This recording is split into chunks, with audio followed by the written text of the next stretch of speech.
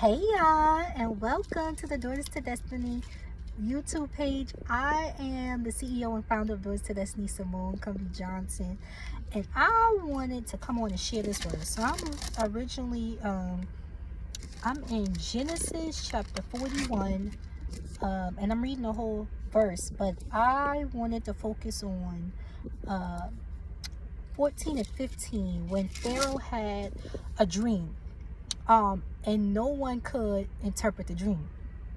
So the chief cupbearer spoke up, and he made a promise that he would get Joseph out of prison when he was returning. You gotta go and read the whole story, but in it, Pharaoh had this dream that no one could interpret.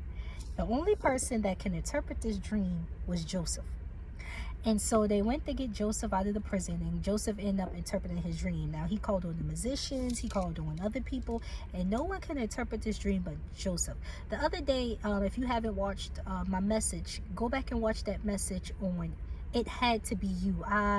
Sarah Jakes, I was watching this sermon of Sarah Jakes Roberts, and in the message, the only thing that stood out to me in this whole entire message was it had to be you. You keep asking God, why me? But it had to be you.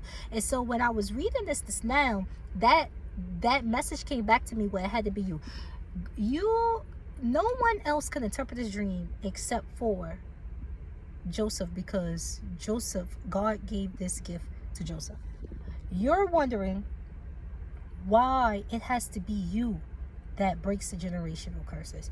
You're wondering why God can't give it to nobody else. God could give it to somebody else. He could do whatever he want to do, but he gave it to you for a purpose. It could be a million other people around here that does the same thing that you do, but God gave you the grace to do it the way that he gave you the grace to do it. It may not look like it. Like, it's 1,000 people around here that sells chicken, but the way Chick-fil-A sells chicken and the customer service that Chick-fil-A serves, you're not going to get that nowhere else. So it's not about how many people doing what you're doing. It's, do you have the grace to do it like that? If you notice, even with other fast food restaurants, they try to imitate the customer service that Chick-fil-A have. Like, one day I went to Zaxby's and they had somebody out with the pad writing, asking me for my name. I'm like, y'all never did that before. And so it does not matter. I don't care what God has placed in your heart to do.